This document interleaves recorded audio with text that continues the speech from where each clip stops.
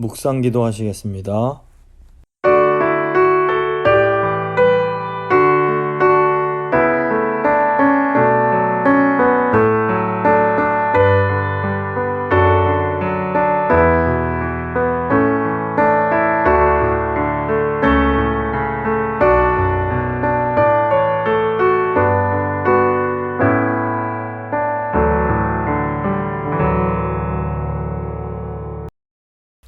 사도신경 고백합니다. 나는 전능하신 아버지 하나님, 천지의 창조주를 믿습니다. 나는 그의 유일하신 아들 우리 주 예수 그리스도를 믿습니다. 그는 성령으로 잉태되어 동정녀 마리아에게서 나시고 본디오 빌라도에게 고난을 받아 십자가에 못 박혀 죽으시고 장사된 지 사흘 만에 죽은 자 가운데서 다시 살아나셨으며 하늘에 오르시어 전능하신 아버지 하나님 우편에 앉아 계시다가 거기로부터 살아있는 자와 죽은 자를 심판하러 오십니다. 나는 성령을 믿으며 거룩한 공교회와 성도의 교제와 죄를 용서받는 것과 몸의 부활과 영생을 믿습니다. 아멘. 찬송가 68장입니다.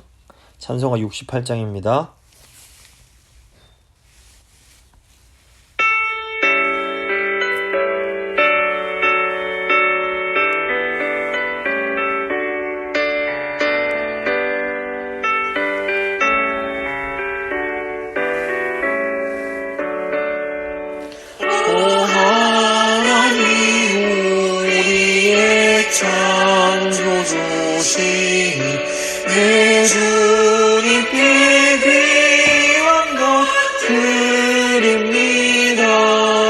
내 주께만 엎드려 경배드리며 내 주의 이름 높이 찬양하네. 오 하나님 우리의 대주제시여 큰 공강일 때도 도우셨네. 죽음에서 우리를 보호하셨으니 내 주의 이름 높이 찬양하네. 주 하나님 이름을 함께 높이며 대주제께 영광을 돌리오리. 그 능력이 우리를 지켜주시니 주 하나님을 높이 찬양하네.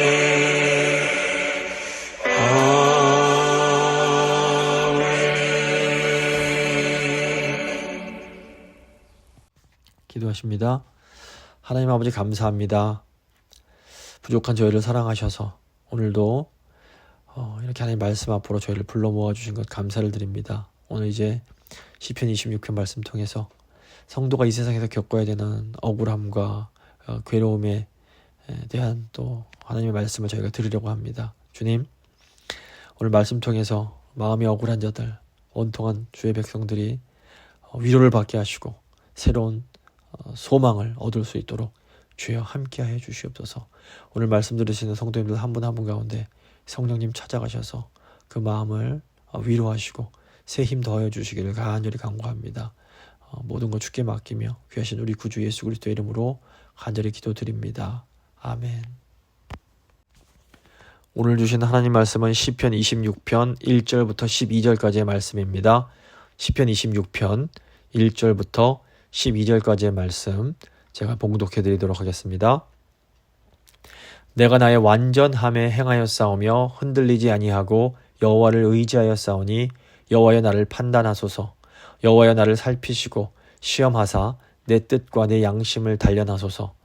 주의 인자하심이 내 목전에 있나이다. 내가 주의 진리 중에 행하여 허망한 사람과 같이 앉지 아니하였사오니 간사한 자와 동행하지도 아니하리이다. 내가 행악자의 집회를 미워하오니 악한 자와 같이 앉지 아니하리이다. 여호와여, 내가 무죄함으로 손을 씻고 주의 제단에 두루 다니며 감사의 소리를 들려주고 주의 기이한 모든 일을 말하리이다. 여호와여, 내가 주께서 계신 집과 주의 영광이 머무는 곳을 사랑하오니 내 영혼을 죄인과 함께 내 생명을 살인자와 함께 거두지 마소서. 그들의 손에 사악함이 있고 그들의 오른손에 뇌물이 가득하오나 나는 나의 완전함에 행하오리니 나를 속량하시고 내게 은혜를 베푸소서. 내 발이 평탄한 데에 섰사오니 무리 가운데에서 여호와를 송축하리이다. 아멘. 오늘은 시편 26편 말씀 함께 나누고 기도하도록 하겠습니다. 시편 26편은 시의 종류는 개인 탄식시입니다. 다윗이 악한 자라는 누명을 쓰고 사울 왕에게 쫓길 때에 이제 기록했던 그런 시로 보입니다. 사울 왕이 다윗을 반역자라고 모함할 때 이스라엘 백성들은 이 다윗의 말보다는 사울 왕의 말을 믿을 수밖에 없었습니다.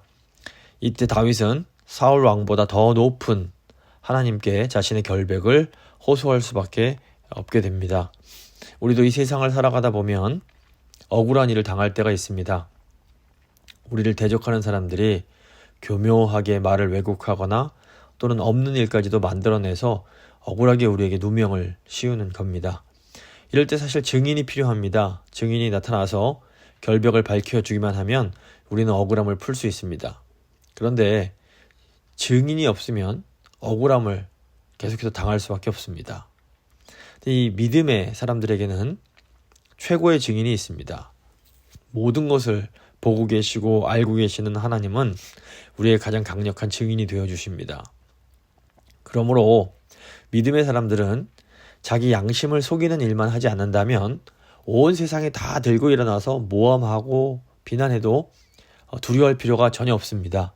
결국에는 하나님께서 모든 것을 밝혀주시기 때문입니다. 세상에서 가장 억울한 일 중 하나가 자기가 짓지도 않은 죄를 누명을 뒤집어쓰고 재판을 받는 일입니다. 사람들은 자기들은 죄를 지으면서도 그 죄값을 피하고 싶어 합니다. 그래서 이 자기 죄를 다른 사람에게 뒤집어 씌우게 됩니다. 그래서 이 때문에 이제 억울한 일들을 당하는 사람들이 생겨납니다.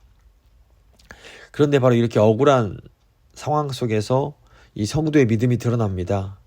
그러니까 보통 사람들은 끝까지 자기가 죄가 없다는 이 무죄를 주장하기 위해서 자기 인생을 걸거나 아니면 반대로 그냥 체념해서 자포자기 하게 됩니다. 이때 성질이 너무 급한 사람은 인생을 스스로 마감하면서라도 자신의 결백을 보여주고 싶어 합니다. 죽어서라도 내가 깨끗하다는 것, 내가 결백하다는 것을 보여주고 싶은 겁니다. 하지만 믿음이 있는 사람은 좀 다릅니다. 믿음의 사람은 결국 하나님께서 진실을 밝혀주실 거라는 그런 소망이 있습니다. 그래서 다윗처럼 하나님 앞에 나아가서 이 무죄함을 호소하면서 이 억울함을 풀어주실 때까지 끝까지 인내할 수가 있는 겁니다. 1절 보시면 내가 나의 완전함에 행하여 싸우며 흔들리지 아니하고 여호와를 의지하여 싸우니 여호와여 나를 판단하소서. 다윗은 지금 하나님께 자신을 판단해 달라 이렇게 요구합니다. 여기서 판단이란 말은 이 신원해 달라는 말로 자신의 무고함을 밝혀주시고 자신의 정당함을 좀 입증해 달라라는 그런 의미입니다. 사람들은 어떤 일이 일어나면 좀 쉽게 판단을 합니다. 뭐 아니 땐 굴뚝에 연기가 나겠어? 이렇게 말하면서 어떤 구설수가 있으면 다 거기에는 이유가 있다라고 생각을 합니다. 그런데 물론 이제 대부분의 경우 이렇게 이유가 있을 때가 많습니다. 그런데 정말로 굴뚝에 이렇게 떼지 않아도 이 굴뚝에서 연기가 날 때가 있습니다. 악한 마귀의 세력이 성도의 믿음을 말살하려고 좀 작정하고 덤벼들 때가 있습니다. 마귀는 성도를 시기하고 질투해서 찍어내려는 그런 악한 사람들을 이용을 합니다. 그래서 악한 사람들이 기회를 노리다가 믿음의 사람들에게 엉터리 증거를 만들어서 죄를 뒤집어 씌우게 됩니다. 이렇게 악한 자들이 의인을 모함하는 이유가 뭘까요? 의인들이 잘 흔들리지 않기 때문입니다. 의인들이 이 약한 자들의 유혹에 넘어가서 이렇게 막 흔들리고 요동하면 뭐 특별히 모함할 필요도 없습니다. 유혹에 흔들리는 사람은 별로 위협적이지 않습니다. 그런데 신앙의 양심을 지키는 사람들, 신앙의 절개를 지키는 사람들은 악인들이 아무리 이렇게 유혹하고 흔들려고 해도 잘 흔들리지가 않는 겁니다. 근데 이런 사람들이 이 악인들이 보기에는 너무 불편하고 화가 나는 겁니다. 이 자기들 마음대로 할 수 없으니까 마치 눈에 가시처럼 여겨지는 겁니다. 이때 이제 마귀가 악한 자들을 이용해서 작전에 돌입을 합니다. 먼저는 회유를 하는데 회유로 넘어오지 않으면 이제 악한 자들이 위협을 하기 시작합니다. 이제 이 위협에 넘어가면 악한 자들에게 이제 속하게 돼서 신앙 양심을 결국에는 저버릴 수밖에 없게 됩니다. 그러면 악한 자들이 심판을 받을 때에 같이 그 심판을 함께 당하게 되는 겁니다. 악인은 결국 하나님의 심판을 받아 멸망하게 됩니다. 그래서 당장에는 좀 어렵고 좀 누명을 쓰는 한이 있더라도 악한 자와 타협하거나 동무가 되어서는 안 되는 겁니다. 다윗이 나의 완전함에 행하였다라고 말하는데 이것은 악한 자들의 요구에 조금도 흔들리지 않았음을 의미합니다.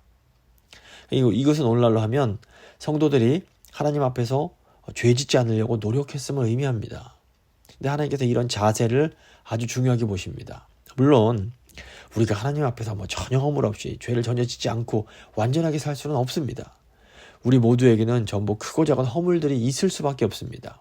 하지만 우리가 하나님 앞에서 범죄하지 않으려고 죄와 싸우고 몸부림칠 때 하나님께서 그것을 굉장히 귀한 믿음으로 보아주십니다. 예수님은 오른쪽 눈이 범죄하게 하거든 빼버리라, 오른손이 범죄하게 하거든 잘라버리라, 이런 말씀을 하십니다. 정말로 뭐 눈을 빼버리고 손을 잘라버리란 말씀은 아닌 겁니다. 일종의 과정법이고 강조를 하시는 겁니다. 일반적으로 보면 죄가 이렇게 진행되어가는 과정이 있습니다. 그렇기 때문에 처음에 이렇게 죄에 어떻게 보면 좀 흔들릴 수 있습니다. 근데 죄를 실행에 옮기기 전에 이게 죄란 걸 깨닫고 그 죄를 딱 끊어버리려고 마음을 먹으면 죄에 완전히 깊게 연루되는 것은 막을 수가 있습니다. 그래서 이 눈을 뽑고 손을 자르라는 말씀은 중간 단계에서라도 죄와 단절하라는 그런 의미입니다. 이게 중간에라도 죄에서 딱 단절하고 그 죄를 끊으면 이게 이제 죄와 싸운 것이 되는 것이고 믿음으로 죄의 유혹을 물리친 것이 됩니다. 근데 하나님께서는 이런 행동을 아주 귀한 믿음으로 보십니다. 우리가 이 시험을 죄에 빠지는 것과 시험을 당하는 것은 다릅니다. 마틴 루터가 이런 표현을 했습니다. 새가 우리 머리 위로 날아다니는 것은 우리가 어떻게 할 수 없다. 하지만 새가 우리 머리에 둥지를 트게 하는 것은 막을 수 있다. 이게 무슨 말이냐면 우리가 죄의 유혹을 받습니다. 마음이 약간 흔들릴 수 있습니다. 이거는 저희가 어떻게 할 수 없습니다. 하지만 우리가 그 몸으로 그 죄를 행함으로 죄에 완전히 넘어가는 것은 우리가 막을 수 있다는 겁니다. 그래서 우리가 이런 죄와의 싸움을 계속 싸워 나가야 됩니다. 우리가 좀 부족함이 있어도 이런 믿음의 선한 싸움을 싸우는 것을 하나님께서 굉장히 기뻐하시고 또 이렇게 믿음의 싸움을 싸우는 사람은 하나님 앞에서 당당하게 기도할 수 있게 됩니다. 그렇다면 결국 이 죄의 유혹에 이끌려서 완전히 죄에 빠져버린 사람, 시험에 빠져버린 사람은 가망이 없는 것인가? 또 그건 아닙니다. 죄에 완전히 빠진 사람도 돌이켜서 회개하면 소망이 있습니다. 그런데 일단 죄에 한번 완전히 빠지고 나면 그 죄에서 나올 때 아주 힘듭니다. 죄에 빠졌다가 회개해서 그 죄로부터 돌이키려면 그때는 속에 있는 것을 다 완전히 토해내는 그런 아주 괴로운 시간이 필요합니다. 이때는 정말로 팔뚝을 자르고 양눈을 다 뽑아야 될 수도 있습니다. 실제로 사사기에 나오는 이 삼손을 보시면 죄의 유혹에 완전히 빠졌기 때문에 그 죄에서 벗어나려고 할 때 양눈이 다 뽑혀야만 했습니다. 하지만 그럼에도 이렇게 용기 있는 결단을 하는 사람은 새로운 삶을 살 수 있는, 하나님 앞에서 이렇게 새롭게 살 수 있는 두 번째 기회를 얻을 수가 있게 되는 겁니다. 그러므로 가장 좋은 것은 아직 기회가 있을 때에 수단과 방법을 가리지 않고 이 악한 자들과의 관계를 끊고 달아나야 됩니다. 그 올무에 잡힌 새, 그물에 잡힌 새가 그 올무에서 온 힘을 다해서 벗어나는 심정으로 그 죄에서 빠져나와야 되는 겁니다. 2절 보시면 여호와여 나를 살피시고 시험하사 내 뜻과 내 양심을 단련하소서. 다윗은 자신을 좀 살피고 시험해달라 이렇게 기도를 드립니다. 그만큼 자신이 진심으로 하나님을 따르고 있음을 지금 표현하는 겁니다. 왜 악한 자들이 이렇게 의로운 자를 찍어내려고 날뛰는 것일까요? 이 악한 자들이 온 세상을 자기 뜻대로 불의로 이렇게 만들고 싶은데 하나님 백성이 나타나서 믿음으로 딱 의롭게 살려고 하니까 이거 화가 나는 겁니다. 이 자기 마음대로 하고 싶은데 성도가 나타나서 딱 의롭게 살면 그게 안 되는 겁니다. 일단 사람들이 그 의로운 사람들을 보면서 존경을 하게 되고 그 의로움이 영향을 받게 됩니다. 그러면 이 악한 자들이 마음이 너무 불편하고 심지어 불안해집니다. 그래서 이 의인들에게 누명을 지워서 의인을 내쫓아내고 자기 세상으로 만들고 싶어 하는 겁니다. 사울 왕이 다윗에게 느꼈던 그런 불편함, 그런 불안함이 바로 이 때문입니다. 다윗이 하나님 뜻대로 살려고 하니까 이게 너무 불안하고 자기 영향력은 약해지는 것 같고 사람들이 다윗만 좋아하는 것 같으니까 다윗을 제거하고 싶어 한 겁니다. 그래서 사울 왕이 다윗에게 누명을 지워서 죽이려고 했던 것입니다. 근데 이제 이런 상황이 이 믿음의 사람들에게는 이 마른 하늘의 날벼락처럼 갑작스럽습니다. 너무 혼란합니다. 그래서 이런 상황이 나타나면 믿음의 사람들도 신앙의 회의가 생기고 하나님에 대한 신뢰가 흔들리게 됩니다. 야, 이거 하나님한테 섭섭한 마음이 생기면서 기도가 잘 나오지 않습니다. 하나님 도대체 왜 이러십니까? 왜 이런 일이 일어나도록 저를 내버려 두시는 겁니까? 왜 가만히 구경만 하고 계십니까? 이게 아주 속상한 마음으로 하나님께 기도를 하게 되는 겁니다. 그런데 믿음의 사람들은 바로 이 순간에 다시 한번 믿음으로 더 깊이 나아가게 됩니다. 다윗이 지금 내 양심을 단련하소서 이렇게 기도를 합니다. 단련한다라는 것은 금이나 은을 정지하기 위해서 뜨거운 불로 녹이는 것을 의미합니다. 다윗이 지금 기도할 때 하나님 이거 뭡니까? 다 하나님 책임져 주세요. 다시 다 회복시켜 주세요. 이렇게 기도하지 않습니다. 다윗이 저를 더 연단시켜 주십시오라는 것은 하나님 혹시라도 제 마음이 의심스러우시다면 제 마음권에 불순함이 있는 것이라면 한 번 더 저를 어려움에 빠뜨리셔도 괜찮다라고 말하는 겁니다. 이게 진짜 하나님을 깊이 있게 사랑하는 사람들은 하나님께 이런 기도를 드리게 됩니다. 하나님을 향한 내 마음이 정말 확고하다는 것을 이런 식으로 표현하는 겁니다. 하나님을 향한 이 믿음만큼은 너무나 확고해서 아무리 유혹이 와도 이 믿음만큼은 제가 포기하지 않겠다 고백을 하는 겁니다. 믿음의 사람은 이 모함을 받을 때 이 악한 자들의 정체를 알게 되면서 죄를 더 싫어하게 됩니다. 아무리 모함하고 누명을 뒤집어 씌워도 얼마든지 믿음의 싸움을 싸우겠다고 결단을 하게 됩니다. 믿음의 사람의 어떤 진짜 모습, 그 진면목이 여기서 나타나게 됩니다. 참 믿음의 사람은 마귀가 악한 자를 이용해서 그 믿음을 공격해 올 때 도리어 그 믿음이 더 견고해지게 됩니다. 그리고 더 강력하게 죄와 싸울 의지가 활활 불타오르게 되는 겁니다. 3절 보시면 주의 인자하심이 내 목전에 있나이다. 내가 주의 진리 중에 행하여. 성도가 누명을 쓰고 모함을 받는 이유가 뭡니까? 일단 성도가 진리의 말씀을 꽉 붙잡고 살아가기 때문입니다. 지금 진리 중에 행하여 이렇게 말하는데 이것은 세상의 흐름에 역행해서 살아가는 것을 의미합니다. 그러니까 진리가 딱 삶 속에 자리를 잡으면 새 속에 강물이 막 세게 흘러내려와도 그 새 속을 거슬러서 올라갈 수 있게 됩니다. 그러니까 새 속에 그런 강한 물살을 거슬러서 나아갈 수 있는 것은 그 안에 생명이 있기에 가능합니다. 그러니까 아무리 커다란 널판지라도 강물을 거슬러서 올라갈 수 없습니다. 하지만 아무리 쬐끄만 올챙이라도 그 안에 생명이 있다면 물결을 거슬러서 역류해서 올라갈 수가 있는 겁니다. 그래서 세상이 다 옳다 해도 하나님의 말씀이 아니다 라고 하면 성도는 그 진리를 딱 붙잡고 세상을 거슬러서 올라갑니다.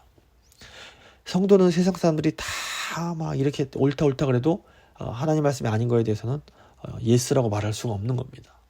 근데 이 과정 중에서 성도가 세상으로부터 미움도 받고 누명을 쓰기도 하고 모함도 받게 되는 겁니다. 4절 보시면 허망한 사람과 같이 앉지 아니하였사오니 간사한 자와 동행하지도 아니하리이다. 내가 행악자의 지표를 미워하오니 악한 자와 같이 앉지 아니하리이다. 이 말씀은 시편 1편에 나오는 복 있는 사람을 떠오르게 합니다. 복이 있는 사람은 악인의 꾀를 따르지 아니하며 죄인의 길에 서지 아니하며 오만한 자들의 자리에 앉지 아니하고 오직 여호와의 율법을 즐거워하여 그 율법을 주야로 묵상하는도다. 그러니까 악인들과 어울리지 않는 겁니다. 악인들은 우리에게 좀 함께 어울리자고, 같이 좀 놀자고, 같이 지내자고 이렇게 요구를 합니다. 그런데 성도들은 악한 자들과 어울리지 않습니다. 의인은 악한 자들과의 교제가 얼마나 그 안에 진실성이 없는지를 잘 알고 있습니다. 그래서 의인은 악한 자들과 교제할 때 정말 어떻게 보면 고통스럽습니다. 굉장히 그 교제가 무의미하고 답답하게 느껴지는 겁니다. 그래서 아브라함의 조카 롯도 소돔과 고모라 그에서 살 때 그 사는 것 자체가 그에게 고난이 됐던 겁니다. 그래서 그런 교제를 악인들과의 교제를 의인은 자연스럽게 멀리할 수밖에 없습니다. 대신 의인은 성도들과 진실된 교제를 나눕니다. 하나님 백성들은 하나님을 사랑하는 사람들과 마음을 나눌 때 큰 위로를 받습니다. 하나님께 우리에게 이 교회를 허락하신 이유가 이 때문입니다. 믿음의 사람들은 결국 혼자서 이 세상을 살 수 없습니다. 성도가 이 세상 속에서 믿음으로 세상을 거스르면서 살려면 반드시 믿음의 공동체인 교회가 필요합니다. 악한 자들이 원하는 것은 자기들과 좀 같아지라는 겁니다. 좀 때를 묻히라는 겁니다. 죄도 좀 즐기고 세상과 타협도 좀 하면서 이렇게 어울려서 살아가자는 겁니다. 그런데 정말로 우리가 그들의 요구에 발맞춰서 그들처럼 되면 어떻게 될까요? 우리 그다음부터 이제 세상 사람들이 우리를 공격하는 겁니다. 거 봐라, 너도 별것 없지 않느냐, 뭘 그동안 이렇게 깨끗한 척하느냐 하면서 우리를 우습게 여기고 공격을 합니다. 그러니까 우리가 이 악인들의 올무, 그 미끼를 무는 순간 우리는 악인들의 밥이 됩니다. 그렇기 때문에 의인들은 끝까지 믿음의 절개를 지켜야 됩니다. 이것이 우리가 악인들의 손아귀에 붙들리지 않는 가장 지혜로운 방법입니다. 6절 7절 보시면 여호와여 내가 무죄함으로 손을 씻고 주의 제단에 두루 다니며 감사의 소리를 들려주고 주의 기이한 모든 일을 말하리이다. 우리가 이 세상이 크게 보이면 보일수록 하나님은 작게 보입니다. 하지만 반대로 하나님이 크게 보일수록 세상이 작게 보입니다. 그래서 세상이 제공하는 이 죄의 유혹에서 멀어질수록 성도는 점점 더 하나님께 가까이 나아가게 됩니다. 사실 이제 성도가 이 누명을 쓰게 되면 세상적으로는 많은 것을 잃어버릴 수 있습니다. 처음에는 친구도 잃을 수 있고 직위도 잃어버릴 수 있고 재산도 잃어버릴 수 있습니다. 하지만 이런 어려움들을 통해서 우리가 하나님 앞에서 큰 유익을 얻게 됩니다. 우선 이렇게 누명을 쓸 때 성도는 기도의 맛을 알게 됩니다. 누명 쓰고 세상에서 욕을 먹을 때 그때는 이제 세상에서 활동하기가 좀 어렵게 됩니다. 이때는 어쩔 수 없이 세상과 분리되기 때문에 하나님 앞으로 나가서 기도할 수밖에 없습니다. 이렇게 기도를 하면서 기도의 깊은 맛을 알게 됩니다. 이렇게 기도가 깊어질수록 성도는 우리가 원하는 게 뭔지가 더 분명해집니다. 성도는 내가 억울함 당했다고 그 사람한테 복수하거나 다른 사람들한테 인정받는 거 이런 걸 원하지 않습니다. 성도는 하나님의 이름에 관심이 있습니다. 이 성도가 누명을 쓰고 이렇게 모함을 당하면 하나님의 이름이 더럽혀질까 이것이 걱정이 되는 겁니다. 그래서 기도할 때 제가 누명이 벗어지고 명예를 회복함으로 하나님의 이름이 더러워지지 않기를 이걸 소망하게 되는 겁니다. 그러니까 더 하나님께 기도할 수밖에 없고 더 하나님과 더 가까이 교제를 하게 됩니다. 그리고 이렇게 사람이 의를 행하면 그 사람을 위해서 기도해주는 사람들이 계속해서 생겨나게 됩니다. 그리고 점점 더 많은 사람들이 결국에는 그를 믿어주게 됩니다. 그런데 이것이 눈에 보이지 않는 엄청난 힘입니다. 이렇게 하나님 앞에서 기도하는 가운데 어려움들이 하나하나 해결이 되어가는 겁니다. 누명을 뒤집어 쓴 다윗은 너무 억울하니까 계속해서 기도를 할 수밖에 없었을 겁니다. 그런데 기도를 하다 보니까 점점 더 기도의 능력을 알게 되고 이 기도의 재미가 붙게 되는 겁니다. 그래서 나중에는 결국 기도하는 그 자체가 이 다윗에게 큰 복이 되는 겁니다. 8절 보시면 여호와여 내가 주께서 계신 집과 주의 영광이 머무는 곳을 사랑하오니 이 다윗이 결국에는 이 고백을 하게 되는 겁니다. 이 누명을 쓰기 전에는 그래도 좀 악한 사람들과도 잘 지내보려고 노력을 합니다. 뭐 양보도 하고 설득도 하면서 악한 자들이 좀 마음을 바꿔서 선한 방향으로 올 수 있게 하기 위해서 애를 써보는 겁니다. 기본적으로 성도들이 착합니다. 마음이 순수합니다. 그래서 악한 자들에게 이 누명을 뒤집어 쓰기 전에는 그래도 그 사람들에게 어떤 기대를 합니다. 내가 진실되게 대해주면 저 사람도 나의 마음을 좀 알아주지 않을까, 이런 순수한, 어떻게 보면 순진한 기대를 하는 겁니다. 하지만 악한 영의 지배를 받는 세상 사람들은 우리의 순수함에는 사실 관심이 없습니다. 도리어 그들은 우리의 순수함을 이용해서 우리를 올무에 빠뜨리고 자기들이 원하는 것을 얻고자 합니다. 그래서 도리어 우리가 엄청나게 누명 쓰고 공경을 받고 나면 도리어 마음이 후련해집니다. 그동안 골마오던 상처가 완전히 터진 것처럼 더 이상 이제 그런 사람들에게 기대를 하지 않게 됩니다. 이때부터는 사람들에게 신경 쓰지 않고 오직 하나님께만 나아가게 됩니다. 그러면서 하나님과 더 친밀한 경험을 하게 되는 겁니다. 누명을 쓴 이후에 세상은 더 멀어지고 하나님과는 더 가까워지면서 더 단단한 신앙을 갖게 되는 겁니다. 9절 보시면 내 영혼을 죄인과 함께 내 생명을 살인자와 함께 거두지 마소서. 의인은 하나님과 친밀하게 교제하면서 자신의 영혼을 지키는 것이 얼마나 소중한지를 깨닫게 됩니다. 진실이 드러나면 성도들은 오히려 악한 자들에게 미움을 받게 하신 하나님께 감사를 드립니다. 왜냐하면 그들의 미움이 이 자신을 오히려 죄에서 이렇게 벗어나게 했음을 깨닫기 때문입니다. 그러니까 성도가 악한 자들의 미움을 전혀 받지 않는 것은 불가능합니다. 이 세상에서 믿음의 사람이 그 믿음을 순전하게 지키고자 하면 반드시 세상으로부터 어떤 공격과 미움과 불이익을 경험할 수밖에 없습니다. 그럼에도 믿음의 사람들은 세상 사람들이 도저히 상상할 수도 없는 그런, 어떻게 보면 순결한 깨끗한 삶을 살게 됩니다. 그래서 시간이 많이 지나고 나면 악한 자들도 마음속으로는 이 의로운 자들, 성도를 진심으로 존경하게 됩니다. 왜냐하면 자기들에게는 없는 어떤 신앙적인 고결함을 발견하기 때문입니다. 오늘날 기독교가 힘이 없는 것은 사실 이 때문입니다. 정말 믿음으로 손해보면서 이렇게 순결하게 하나님 앞에서 살고자 하는 그런 믿음의 사람들이 너무나 없기 때문에 기독교가 약해지는 겁니다. 10절 11절 보시면 그들의 손에 사악함이 있고 그들의 오른손에 뇌물이 가득하오나 나는 나의 완전함에 행하오리니 나를 속량하시고 내게 은혜를 베푸소서. 하나님께서 결국 악한 자의 시기심을 통해서 이 악한 자가 얼마나 악한지를 드러내시고 의인이 얼마나 깨끗한지를 드러내 주십니다. 그러니까 의인이 핍박을 받는 것은 어떤 의미에서 악한 자와 의인을 구별하시기 위함입니다. 악인들은 의인을 찍어내려고 하는 과정에서 자신들의 그 악함이 다 드러나게 됩니다. 만천하의 공개가 됩니다. 하나님께서 그들이 실컷 못된 짓을 다 하게 하십니다. 그런 후에 그들을 심판하십니다.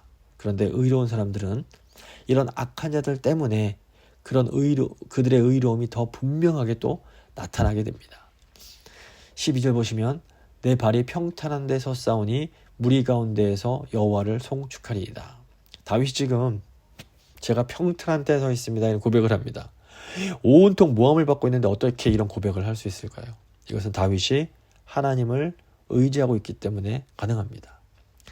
하나님을 의지하고 신뢰하는 삶이 가장 안전한 삶입니다. 그러니까 하나님을 의지하는 사람을 쓰러뜨리려면 먼저 그들을 보호하시는 하나님을 쓰러뜨려야 됩니다. 이게 불가능합니다. 그러므로 하나님께 꽉 붙어있는 사람은 절대로 쓰러뜨릴 수가 없습니다. 구약 에스더서를 보시면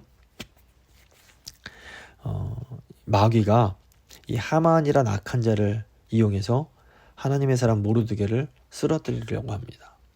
처음에는 악한 자 하만이 이기는 것처럼 보입니다. 근데 어느 순간 상황이 역전돼 버립니다. 하나님께서 모르드게를 형통하게 하시고 하만의 그런 악한 것들이 온 세상에 드러나게 하십니다. 이때 이제 하만의 가족들까지도 이 하만을 향해서 당신이 이미 모르드게에게 졌습니다, 이런 말을 합니다. 이것은 이 모르드게의 뒤를 이렇게 떠받들어 주시는 그런 하나님의 강한 힘을 그들도 느꼈기 때문에 이런 고백을 하게 되는 겁니다. 그러니까 처음에는 의인을 미워하고 공격하는 악인들이 우세한 것처럼 보입니다. 하지만 결국 자신들의 악한 행동이 다 노출되고 하나님의 진노의 심판으로 이 악인들은 뿌리째 뽑혀지게 되는 겁니다. 그렇기 때문에 이 성도는 악한 자들을 두려워하지 말고 끝까지 믿음을 지켜야 됩니다. 말씀을 좀 마무리 짓도록 하겠습니다. 사실 이 세상에서 가장 억울한 죽임을 당한 분이 예수님이십니다. 예수님은 죄가 전혀 없으셨습니다. 그런데 당시 가장 극악무도한 죄인에게 해당하는 십자가 처형을 당하셨습니다. 이것은 예수님께서 우리의 억울함을 체휼하실 수 있는 분, 우리의 억울함을 공감하시고 이해해 주실 수 있는 분임을 의미합니다. 그래서 우리가 억울함을 당했을 때 예수님 앞으로 나아가서 기도해야 됩니다. 그럼 예수님이 우리의 마음을 다 알아주십니다.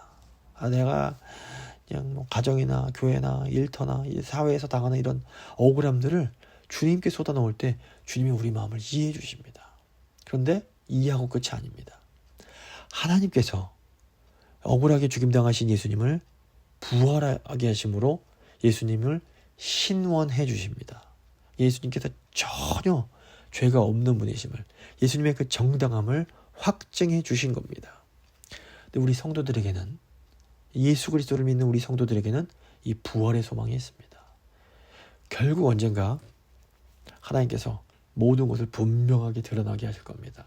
우리가 이것을 확실하게 믿기에 아무것도 두려워할 필요가 없습니다. 그러므로 악한 자들을 두려워하지 말고 끝까지 우리 믿음으로 나아가는 저희 모두가 될 수 있어야 됩니다. 이 시간 한번 기도하실 때, 하나님, 성도가 때로 환난을 당하고 때로는 억울함과 그런 모함을 당하지만 그런 순간에도 우리가 예수님만 의지하며 앞으로 나아가길 원합니다.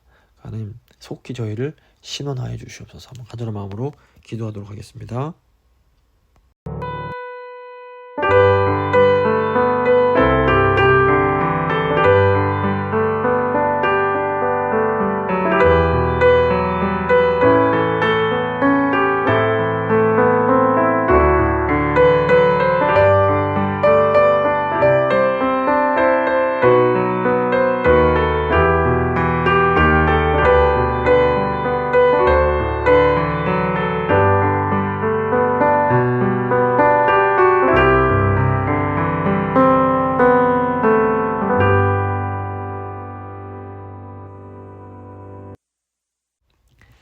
살아계신 하나님, 믿음의 사람들이 이 세상을 살아갈 때에는 어쩔 수 없이 모함도 당하고 억울함을 겪습니다. 주님, 이것이 저에게 있을 수밖에 없는 일임을 저희가 알고 있습니다. 하지만 주님, 저희가 세상에 우겨쌈을 당할 때는 참 힘들고 어렵습니다. 하지도 않은 일을 했다라는 그런 모함을 당하고 누명을 써야 될 때는 정말 마음이 원통합니다. 하지만 우리 예수님께서 저희보다 먼저 가장 억울함을 당하시고 원통함을 경험하셨음을 저희가 압니다. 저희가 어렵고 원통한 일을 당할 때마다 계속해서 주님 앞으로 나아갈 수 있도록 주님, 성령님 저희를 도와주시기 원합니다. 주님, 하지만 또 저에게는 예수님의 부활을 통한 소망이 있습니다. 하나님께서 예수님을 부활시켜 주심으로 모든 억울함을 다 해결해 주셔서 깨끗하게 씻어 주셨습니다.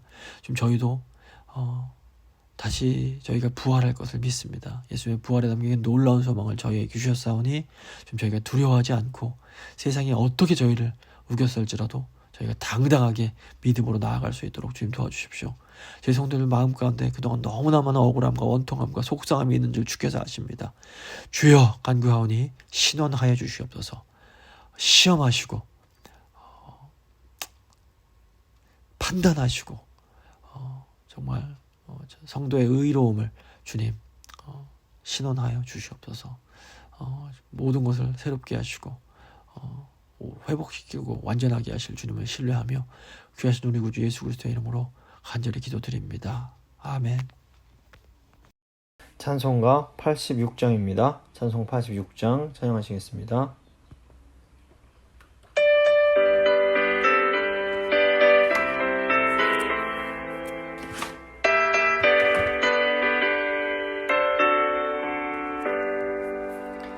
내가 의지하는 예수, 나의 상처 입은 심령을 불쌍하게 여기사 위로하여 주시니 이쁘신 나의 좋은 친구, 내가 의지하는 예수, 나의 사모하는 친구, 나의 기도 들으사 응답하여 주시니, 미쁘신 나의 좋은 친구. 주의 손을 의지하고 살 때 나를 해할 자가 없도다. 주님 나의 마음을 크게 위로하시니, 미쁘신 나의 좋은 친구, 내가 의지하는 예수, 나의 사모하는 친구, 나의 기도 들으사 응답하여 주시니, 미쁘신 나의 좋은 친구. 내가 요단강 건너가며 마음이 두려워서 떨 때도 주가 인도하시니 어찌 두려워하랴. 미쁘신 나의 좋은 친구, 내가 의지하는 예수, 나의 사모하는 친구, 나의 기도 들으사 응답하여 주시니, 미쁘신 나의 좋은 친구. 이후 천국에 올라가서 모든 성도들과 다 함께 우리 그를 구하신 주를 찬양하리라. 미쁘신 나의 좋은 친구, 내가 의지하는 예수, 나의 사모하는 친구, 나의 기도 들으사 응답하여 주시니, 미쁘신 나의 좋은 친구.